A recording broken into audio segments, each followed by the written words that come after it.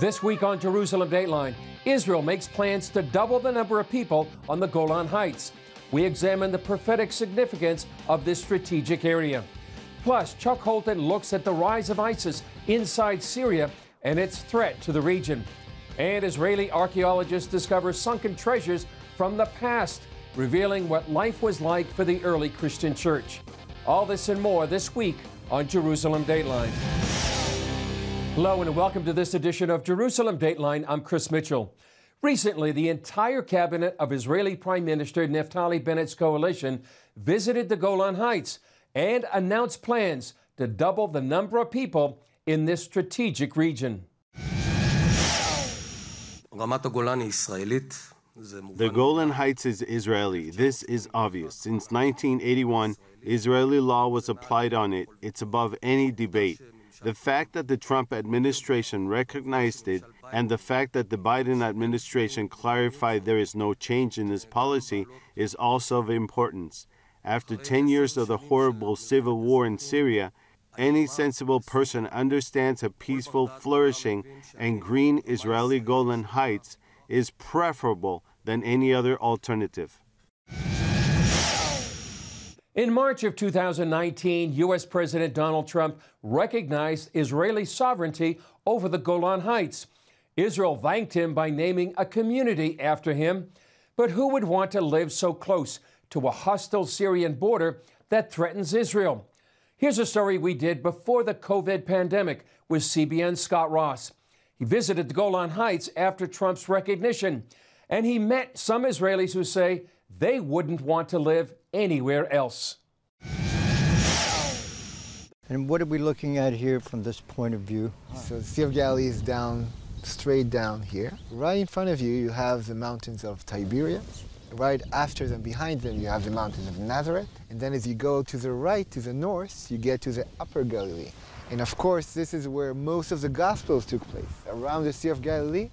Amitai Elon owns a holiday village called Natur at the top of the Sea of Galilee on the Golan Heights. Why have you chosen to live here? If you want to live in nature, surrounded by beautiful nature and the sound of birds, you can go to the Golan, Galilee, and you can go to the Negev desert. Now this is a farm. So it's a farm, it's a space that we use for a lot of things. We're sitting right now in a geodesic dome that is a greenhouse.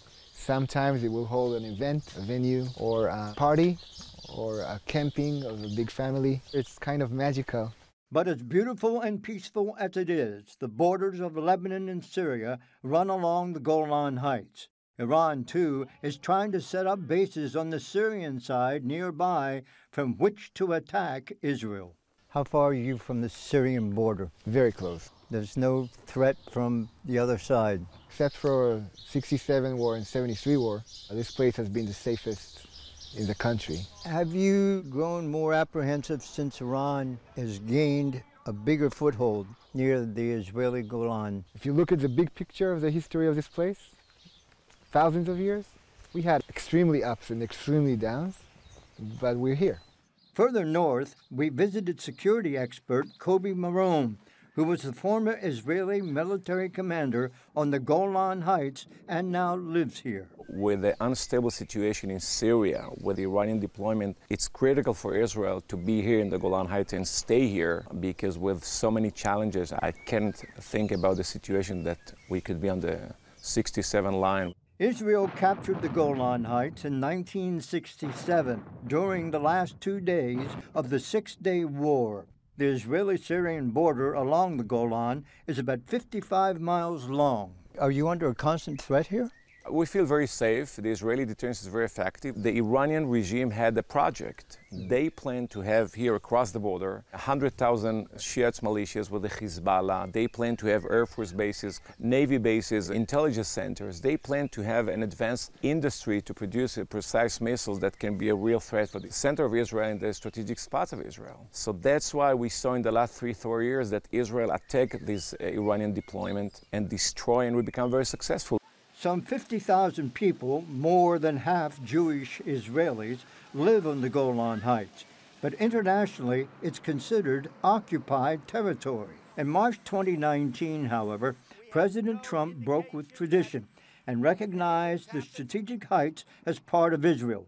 Israel named a community in his honor, calling it Trump Heights. It's a dramatic statement. It's unbelievable. It's so important for positive, sure. It's significant declaration because it came from the strongest and the most important Israeli allies, United States. With the Trump recognition about the Golan Heights, there is a big challenge for the next Israeli government. I think we have to bring 100,000 Israelis to the Golan Heights in the next 10 years. I met Eliyahu Berkowitz in Katzrin, the largest city on the Golan Heights. He immigrated to Israel 28 years ago from New Jersey and moved to the Golan about 7 years ago. Are you at all intimidated by the events surrounding Israel and specifically the Golan? We're always worried about Israel, but there's a lot to be optimistic about. I don't know what people think of the Golan. They built bomb shelters here when they first settled it, and they've never been used. Known in the Bible as Bashan, some 635,000 tourists visited the Golan Heights last year, 3/4 of them Christians, to see its stunning views, historical sites, and wineries. We've always been alone, and when I see Christians interested in Israel, that's something totally new. It gives me incredible optimism. I'm very happy about it. I think I'm helping them to be better Christians, and they're certainly helping me to be a better Jew. What way? Because I want to stay here in Israel, and they're helping that. And also, I'm not here just for me. I'm here for the whole world. The Torah was given at Mount Sinai, and we were supposed to be a light unto the nations. If you keep it to yourself, then you're breaking it. Ilan, who is also a tour guide, summed up Christian commitment to Israel and the Golan Heights. If you came here between 2000 and 2005, we had kind of an intifada happening here. It was empty, except for Christians. Why do you think that is? That is the perspective, that's all. Your connection to the land, is this from the Bible, or is it from CNN, or from a narrow perspective of few years of troubles? If you're connected by narrow perspective of few years, you would say it's dangerous, I won't come. Do you believe that God is watching over Israel? Absolutely. You believe that? The fulfillment of the prophecy is every step you take in the country. It's hard to ignore it. Scott Ross for CBN on the Golan Heights, Israel. Coming up, CBN's Chuck Holton reports from the front lines of Syria and the rising threat of ISIS. After the disastrous U.S. pullout from Afghanistan, ISIS followers were emboldened around the world. In Syria, the group is taking ground again for the first time since 2017. Chuck Holton traveled to the city of Raqqa to bring us this inside look at the comeback of ISIS. When ISIS seized control of much of Syria and Iraq in 2014, their stated goal was to create an Islamic caliphate that would dominate the entire region with their extremist ideology. It took nearly 5 years for world powers to retake that territory, and even to this day, the scars of war are everywhere in northern Syria, reminders of the brutality of that conflict. Mohammed Ahmed has seen it firsthand, having been shot 6 times while fighting ISIS as an Iraqi soldier. You see this piece of metal, like pipe, and they cut it, and they weld it, and they make a small hole, and they put explosive stuff inside it, and they make a charger inside it, and with wire, and they bomb like armored or tanks or people, and these things make like huge explosion. Walking around this abandoned village in northern Syria, it's easy to see how the millions of people who have fled this conflict and gone to other places like Europe and Turkey and even the United States probably are not going to want to come back anytime soon. The animals are gone, their homes are practically destroyed, the wells have dried up, and moving back to this area would be very, very difficult. So that just means that it's going to continue to be costly to the entire world as more and more people become wards of the United Nations, the World Food Program, and other organizations that have to end up feeding these people to help them survive. Once the headquarters of the self-proclaimed ISIS caliphate, the city of Raqqa is still picking up the pieces after the terror group lost the city in 2017. But citizens say things are far better than before. If it's more better for the last time, because we have safety, the safety for our children. This is our city. We love her. We love our city. We can't leave our city. When ISIS was in control, they never knew if they'd live to see another day. Die everywhere, and the ashes of people everywhere. The horrible, horrible thing in every minute in Raqqa. We can't think of anything more than bread. But threats remain. ISIS has begun taking ground for the first time since 2017 and making coordinated attacks against civilian and military targets. This is the city of Kobani, and it saw some incredibly fierce fighting back in 2014, 2015 during a 5-month siege by ISIS. And the Kurdish forces eventually successfully drove them out. This was ISIS high watermark, but as you can see, there were some unbelievable battles here in that process. Now, ISIS is starting to reconstitute in Syria down south of here in a place called Deir ez-Zor. And so we're starting to see some attacks, and that means we may very well see ISIS resurging around the world in the months to come. Here in northeast Syria, Kurdish fighters are staying vigilant, determined not to let ISIS repeat the horrors of 2014. But these developments are especially concerning as the U.S. looks to end combat operations in neighboring Iraq, leaving many in the region fearing a repeat of the disastrous pullout of Afghanistan last August. And citizens are hoping American foreign policy won't leave them on their own. Something give you the hope. We looking to the hope. Right. Thank God. Now, a little hope, but it's good. From Raqqa, northern Syria, I'm Chuck Holton for CBN News.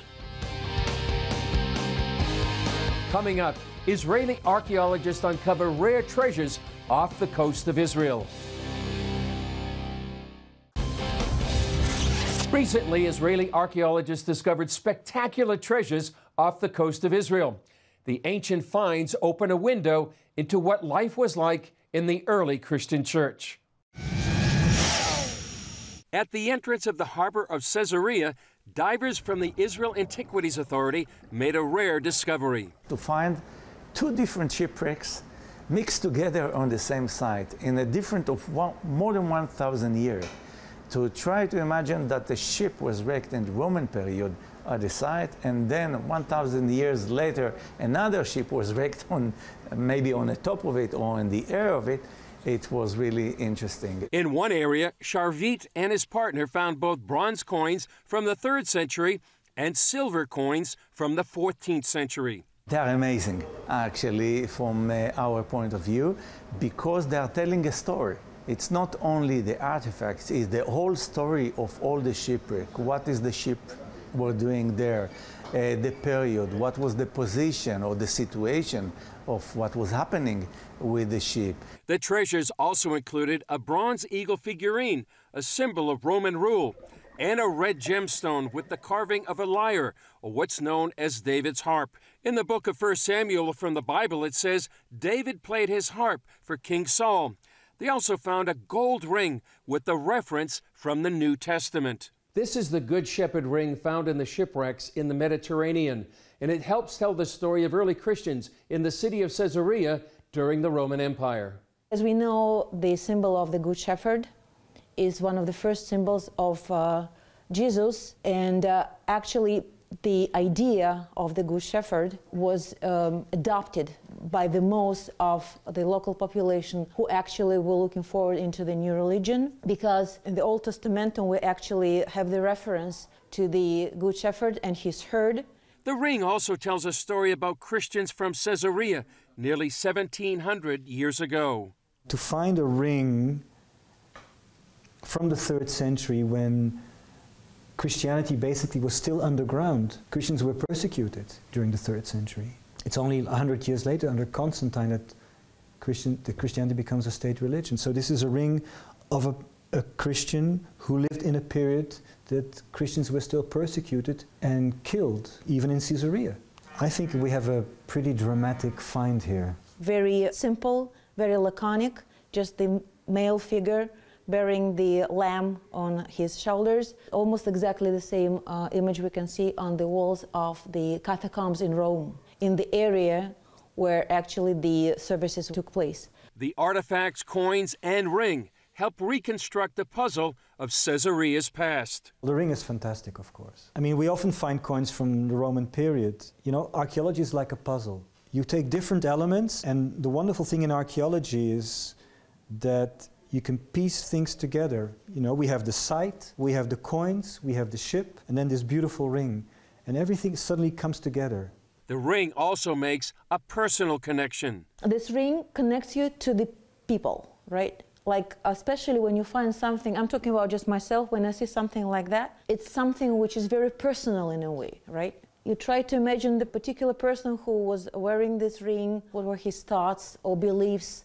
It's really touching. I'm not a religious person by myself, but when I see something like that, I feel this connection to someone who lived hundreds and hundreds of years ago. The discoveries also reveal the port of Caesarea had a longer history than previously thought. Because some of the people, or some of the archaeologists were thinking that the harbor was collapsed in the 1st century AD. Now we realize that the commerce and the ship were coming from all over the Mediterranean, also to Caesarea, in a later period, especially in the late Roman and early Byzantine periods. Caesarea played a prominent role in the early church. The book of Acts documents the first Christian baptism of a non-Jew happened there, and from Caesarea, the Apostle Paul helped take the gospel to the world.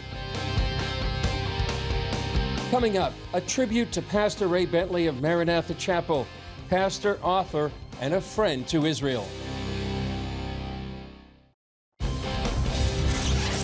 Well, finally, Pastor Ray Bentley, founding and senior pastor of Maranatha Chapel in San Diego, California, passed away this week. His church released this statement: "With grieving hearts, we need to let you know that our dear Pastor Ray went home to be with the Lord this afternoon due to complications of COVID. We are all in shock and heartbroken. We find comfort in knowing that he is rejoicing in heaven with his beloved Jesus." Pastor Bentley founded Maranatha Chapel in August 1984 when he began teaching a small Bible study in a recreation center with 30 people. Now, Maranatha serves 7,000 people weekly through its various ministries. He reached thousands more on his daily radio show, Maranatha Radio, as he takes the whole gospel to the whole world. Many of his messages and devotionals can be seen on his website. Bentley also founded the Nehemiah Fund, an outreach ministry dedicated to helping and blessing Israel and her neighbors. The ministry is based on the scripture in Genesis 12:3. "I will bless those who bless you, and I will curse him who curses you.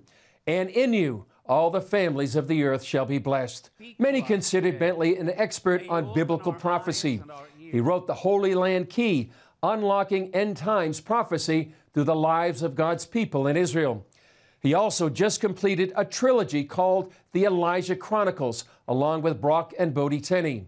These geopolitical thrillers centered around Jerusalem and brought end-time prophecy to life. He discussed that trilogy with CBN News last year in this interview. Christians need to wake up and realize what time it is.